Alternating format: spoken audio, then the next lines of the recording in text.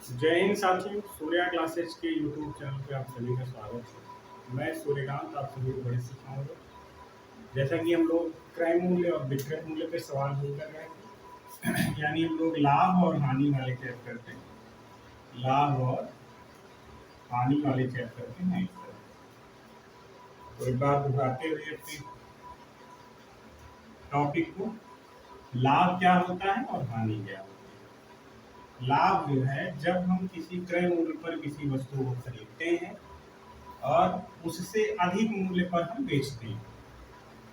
कम में खरीदेंगे और ज्यादा में बेचेंगे तो हमें लाभ होगा, और जब हम ज्यादा में खरीदेंगे और कम में बेचेंगे तो हमें क्या होगा, हानि होगा। यानी कि हम कह सकते हैं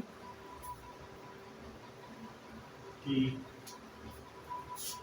इसमें क्या होगा, सीपी छोटा होगा और एसपी बड़ा होगा लाभ होने की स्थिति में, और यहाँ पर सीपी बड़ा होगा और एसपी छोटा होगा तो हानि होगी। यहाँ तक आपको कोई समस्या नहीं होनी चाहिए। ठीक है,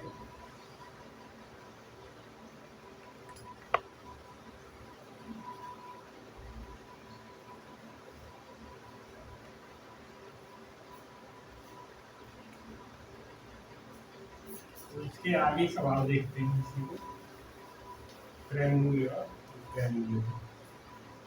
ऐसे कोई भी क्वेश्चन है पहले देख ही लिया जाता है इसके टॉपिक को। मान लो क्वेश्चन इस टाइप के आएगा, यक्स वस्तुओं को वाई रुपए में बेचने पर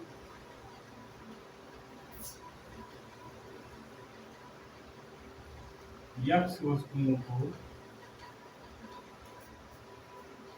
बेचने पर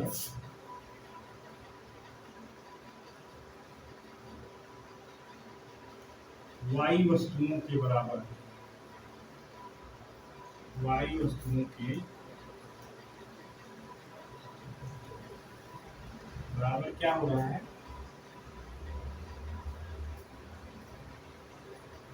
वाई वस्तुओं के विक्रय मूल्य के बराबर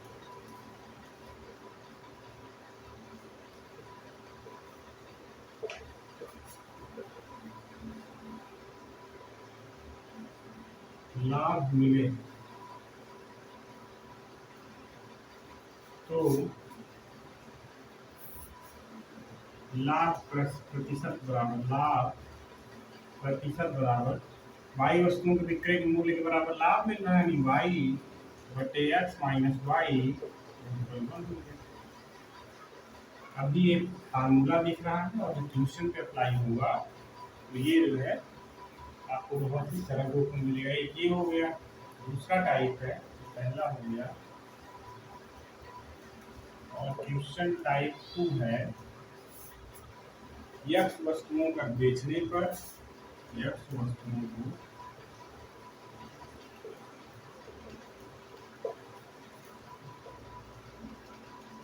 बेचने पर वाई वस्तुओं के एसपी के बराबर हानि हो रही है। तो हानि प्रतिशत बराबर क्या होगा, वाई बटे एक्स प्लस वाई मल्टीपल ये होगा। फिर से देखते हैं, यक्स वस्तुओं को बेचने पर वाई वस्तुओं के विक्रय मूल्य के बराबर लाभ मिले तो लाभ प्रतिशत बराबर वाई बटे एक्स माइनस वाई मल्टीपल 100। और ऐसे ही अगर हानि होगी तो चूंकि हानि हो रही है तो ऐसी दशा में वाई और प्लस यक्स वस्तु और वाई वस्तु का योग करेंगे, बटे में रहेगा और मल्टीपल 100। ठीक है, इस पे सवाल करते हैं, सवाल के माध्यम से ज़्यादा समझ में आएगा। जरूरी नहीं है कि सूत्र आप अप्लाई ही करें। जैसे प्रश्न है आपका, एक फल विक्रेता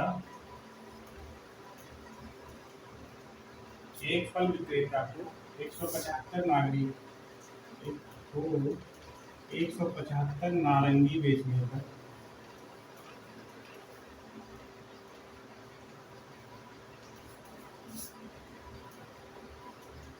50 नारंगी के विक्रय मूल्य के बराबर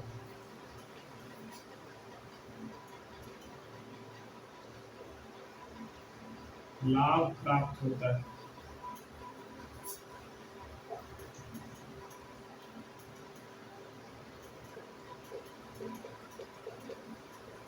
तो नारंगी का लाभ प्रतिशत, नारंगी का लाभ प्रतिशत बताइए। अब देखते हैं, एक फल विक्रेता को 175 नारंगी बेचने पर 50 नारंगी के बराबर विक्रय मूल्य के बराबर लाभ प्राप्त होता है। तो ऐसे इसको ऐसा करिए ना, माना एक नारंगी जो है आपका, एक नारंगी का एसपी कितना है, 1 रुपया। तो 175 का एसपी कितना होगा, 175 रुपया। और 50 नारंगी का, 50 का ना एसपी 50 होगा। यहाँ पे कोई दिक्कत नहीं होनी चाहिए। लाभ कितना हो रहा है, इसी 50 नारंगी के बराबर यानी 50 रुपए का, 50 रुपए का लाभ हो रहा है। अब 175 का सीपी कैसे निकालेंगे, लाभ घटा देंगे ना 175 में से, बराबर क्या आएगा 125। हमको सीपी पता चल गया 125, लाभ हो रहा है 50 का, तो लाभ प्रतिशत बराबर क्या होगा, 50/175 मल्टीपल 100। यहाँ पे कोई समस्या नहीं होनी चाहिए। 25 दूना 50, 25 सत्ते 175, 125 हो गया हमको। 25 दूना 50, 25 पंचे 125, 5 दूना 10, 20 हुआ। तो 40% का क्या हो रहा है, लाभ हो रहा है। सवाल को एक बार समझते हैं। आपका सवाल है कि एक फल विक्रेता को 175 नारंगी बेचने पर 50 नारंगी के विक्रय मूल्य के बराबर लाभ प्राप्त होता है। तो नारंगी में कितने परसेंट का लाभ हुआ ऐसा बताना है आपको। एक नारंगी का विक्रय मूल्य मान लीजिए 1 रुपए, तो 175 का विक्रय मूल्य 175 रुपए होगा। और 50 नारंगी का विक्रय मूल्य 50 रुपए होगा। 50 नारंगी के बराबर लाभ हो रहा है, यानी लाभ कितना होगा, 50 रुपए। जब लाभ पता चल गया, विक्रय मूल्य पता चल गया, तो क्रय मूल्य कैसे निकालेंगे, विक्रय मूल्य में से लाभ को अगर घटा देंगे तो क्रय मूल्य आ जाएगा। ठीक है, तो क्रय मूल्य 125 आएगा। अब हमें लाभ क्रय मूल्य पता है, तो हम लाभ प्रतिशत ज्ञात कर सकते हैं। 50/125 पूरे 40% आया। इस तरीके से इसको लगाएंगे। और यहाँ से हमने अभी सूत्र बनाया था। सूत्र क्या बनाए थे हम लोग, लाभ प्रतिशत का, लाभ प्रतिशत का सूत्र बनाए थे y के बराबर ना, ये y हो गया और ये x हो गया। ठीक है, y के बराबर लाभ हो रहा है यानी y/x माइनस y मल्टीपल 1, ऐसा सूत्र बनाया। y है 50, x क्या है 175 माइनस 50 मल्टीपल 100, 50/125 मल्टीपल 100। यहाँ पर 25 दूना 50, 25 पंचे 125, 5 दूना 10 यानी 40%। ऐसा है लाभ होगा। तो अब ऐसे ही हानि वाला देखते हैं, ऐसे ही हानि वाला देखते हैं। या फिर एक सवाल और करते हैं इसको। जैसे एक प्रश्न है आपका,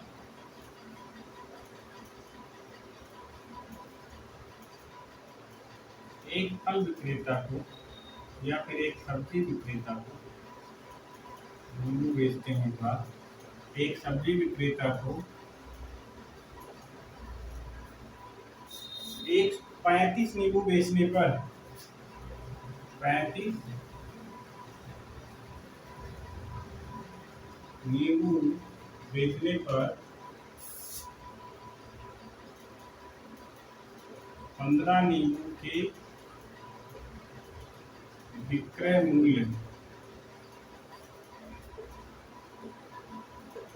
के बराबर लाभ प्राप्त होता है।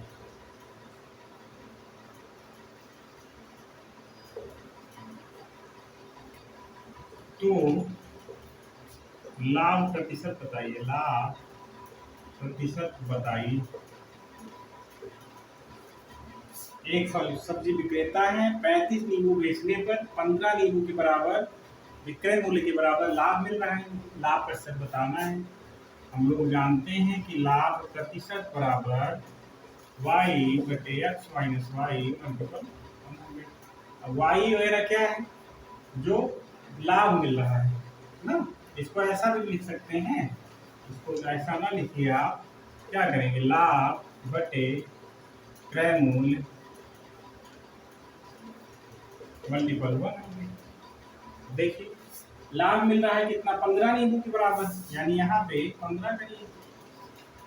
क्रय मूल्य हमको निकालना है। जब 35 नींबू बेच रहे हैं तो 15 नींबू के बराबर लाभ मिल रहा है, यानी हम ऐसा कर सकते हैं 35 विक्रय मूल्य है और माइनस लाभ कर दें तो हमको क्रय मूल्य ज्ञात हो जाएगा। ठीक है, अब हम यहाँ से देखेंगे 15 बटे 20 मल्टीपल 100, 20 पंचे 100 और 15 बचे 75, यानी लाभ कितने का हो रहा है, लाभ हो रहा है 75%। यहाँ तक कोई समस्या नहीं होनी चाहिए। ठीक है, अब इसी सवाल को हम लोग चेंज करते हैं हानि वाले पे। ठीक है, इसमें 75% आया, 15 नींबू के विक्रय मूल्य के बराबर हानि हो रही है।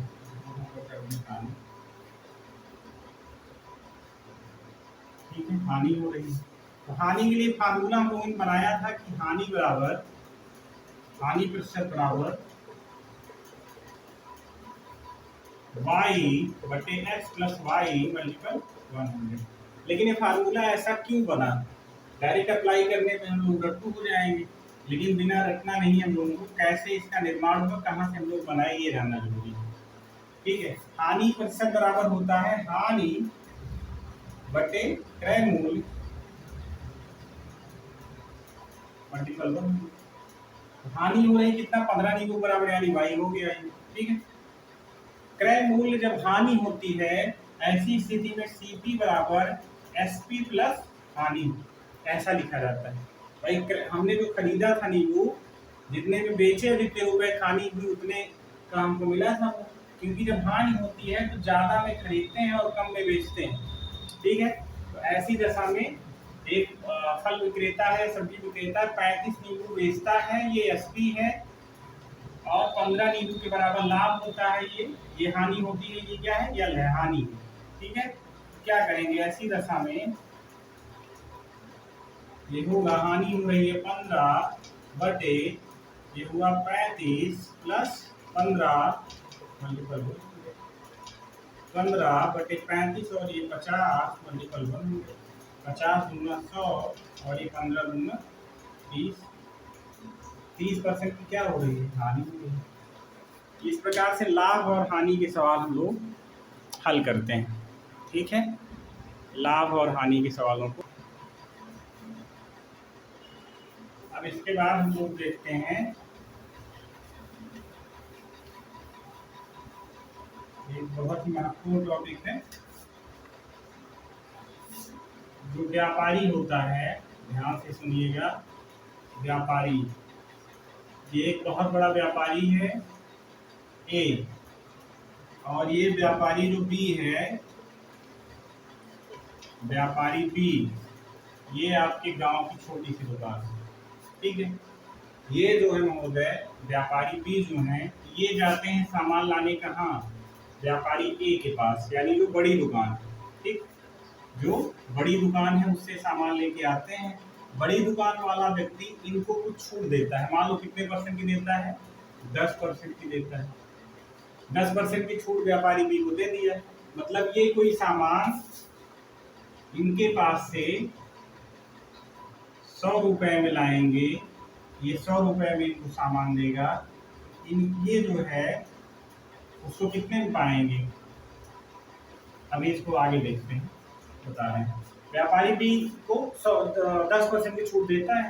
अब व्यापारी बी से आप जो है सामान खरीदते हैं, आप स्वयं या स्वयं, जब आप सामान खरीदते हैं तो ये 10% और महंगा देता है आपको, यानी इसको तो 10% छूट मिली थोक में, ठीक है, थोक सामग्री में इसको 10% की छूट मिली, और आप फुटकर सामान लेते हैं, फुटकर सामान ले रहे हैं तो आपको 10% और एक दे दिए, यानी आपको 10% और 10% दो जगह आपको वहन करना पड़ रहा है।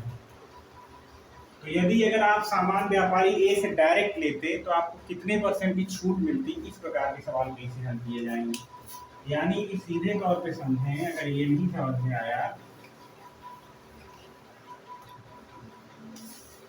मान लीजिए एक बार x% का लाभ ले रहा है, दोबारा कितना ले रहा है, y% का लाभ ले रहा है, ठीक है, टोटल लाभ कितना ले रहा है आपसे, ये निकालने के लिए x plus y plus x y by 100 ऐसा किया जाता है, इस पर एक सवाल कर लिया जाता है।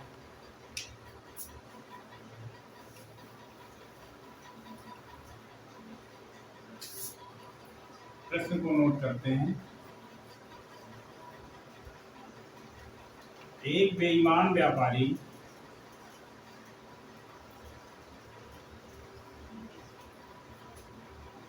सामान खरीदते समय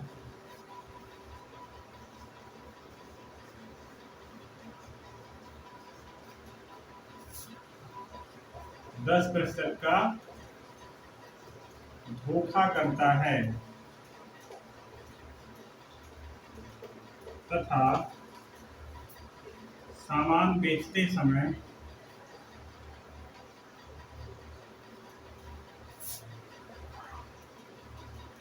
भी 10% का धोखा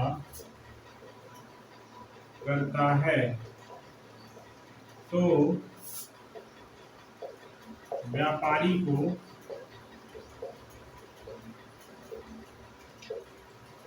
कितने प्रतिशत का लाभ अर्जित होगा।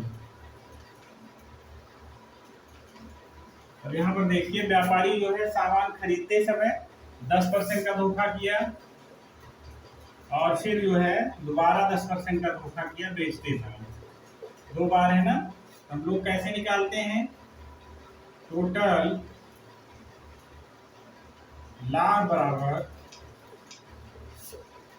x plus y plus x y by 100 ऐसा करते हैं, करिए 10 प्लस 10 प्लस 10 मल्टीपल 10 बाई 100, 10 10 20 और 1 21, यहाँ से 21% का लाभ व्यापारी को मिलेगा, 21% का लाभ व्यापारी को प्राप्त होगा, ठीक है। इस प्रकार से सवाल को करते हैं।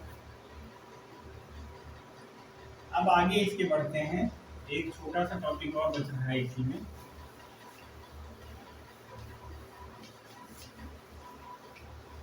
जब कोई भी व्यापारी माप तौल करता है,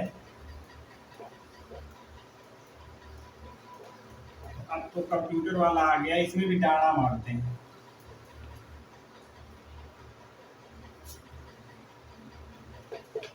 डाड़ा मारना ना। तराजू जो है 10 ग्राम 20 ग्राम, जैसे 1 किलो है आपने लिया 1 केजी,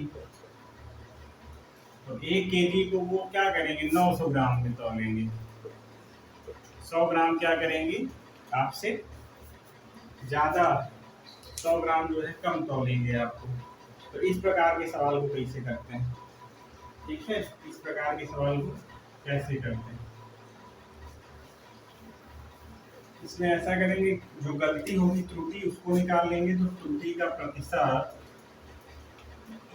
बराबर त्रुटि बटे गलत माप मल्टीपल 100, ऐसा जो है परसेंटेज निकालेंगे। त्रुटि कैसे निकालेंगे, जैसे 1000 की जगह क्या तौल रहा था, 950 ना, तो सही माइनस गलत, ऐसा कर देंगे। सवाल के माध्यम से समझते हैं। एक बेईमान व्यापारी क्रय मूल्य पर ही सामान को बेचने का दावा करता है।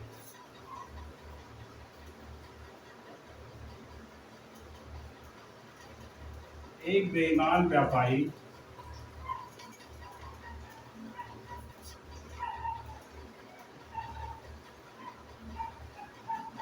क्रय मूल्य पर ही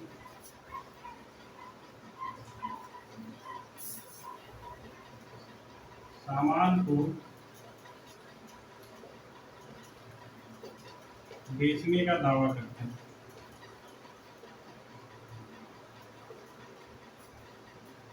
लेकिन वह 1 किलोग्राम बाट के स्थान पर वह 1 केजी बाट के स्थान पर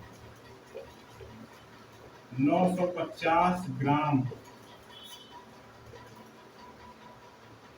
बाट का प्रयोग करता है। व्यापारी को कितने प्रतिशत का लाभ होगा।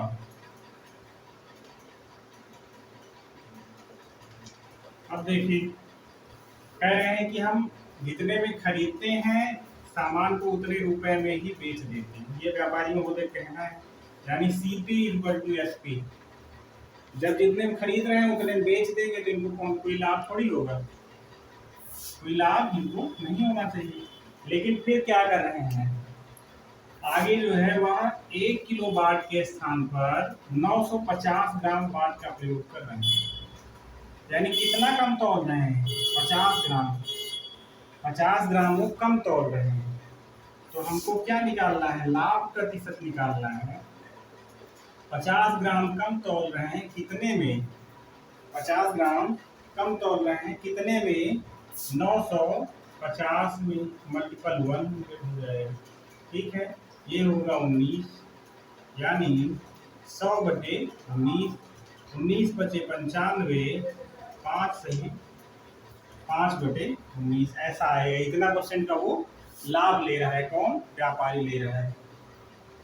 फिर से देखते हैं, 1 किलोग्राम की जगह 950 ग्राम तौल रहे हैं, यानी 50 ग्राम कम तौल रहे हैं। कितने में, 950 तौल रहे हैं ना, ये इतना ही तौल रहे हैं। तो जो तौल रहे हैं यानी क्या, कैसे निकालेंगे, प्रतिशत बराबर त्रुटि बटे गलत माप मल्टीपल 100। त्रुटि कितने की है, 50 की, गलत माप क्या है, 950 मल्टीपल 100। और इसी को जब हल करेंगे तो क्या आएगा, 5 एकम 5, 19, यानी 100 बटे 19, यानी क्या, 5 सही 19 पची 55, 5 सही 5 बटा 19, यही तो आ रहा है, इधर भी यही आ रहा है।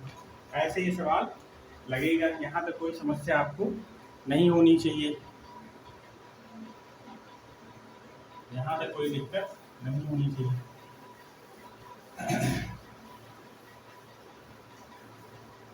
अब जो है एक सवाल बनता है, यहाँ से पूछा भी जाता है, यदि दो वस्तुओं का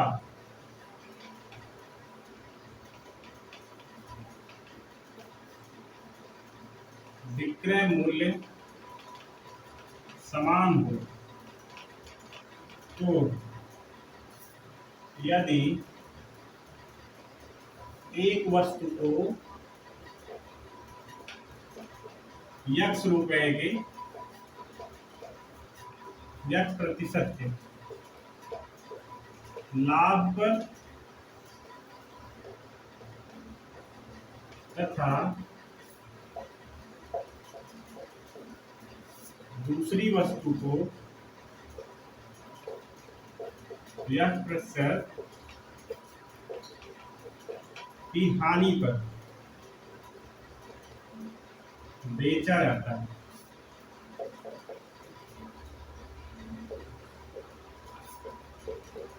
तो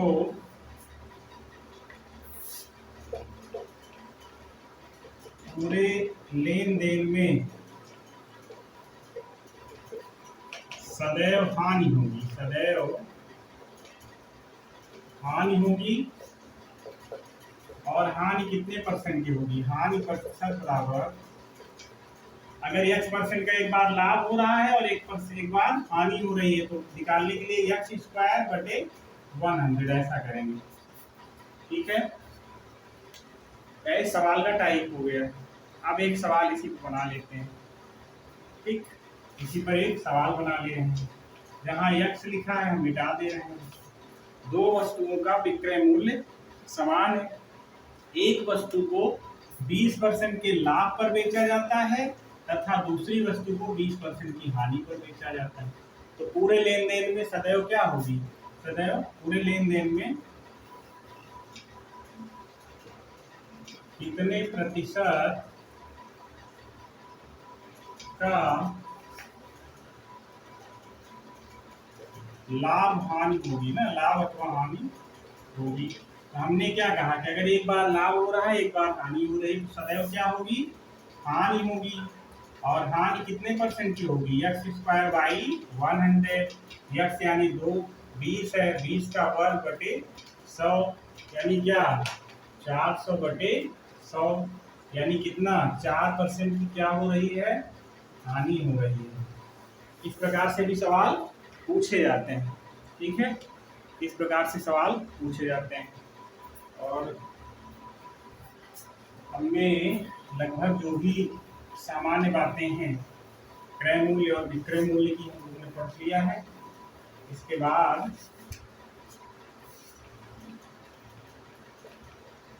क्रय मूल्य और विक्रय मूल्य,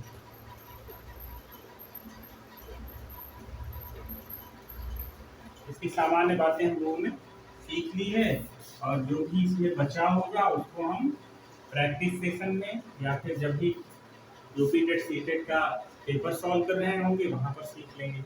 अब क्रय मूल्य और विक्रय मूल्य से लगा हुआ एक टॉपिक है बट्टा, जो इसी का एक टॉपिक है। बट्टा यानी डिस्काउंट। कोई भी आप सामान खरीदते हैं तो उसमें डिस्काउंट की मांग बहुत अच्छे से करते हैं। तो अगली क्लास में हम सीखते हैं कि डिस्काउंट कैसे निकाला जाता है। ठीक है, किस प्रकार से डिस्काउंट निकाला जाता है इसको हम अगली क्लास में सीखेंगे। और तब तक के लिए आप लोग बने रहिए सूर्या क्लासेस के साथ। Thank you.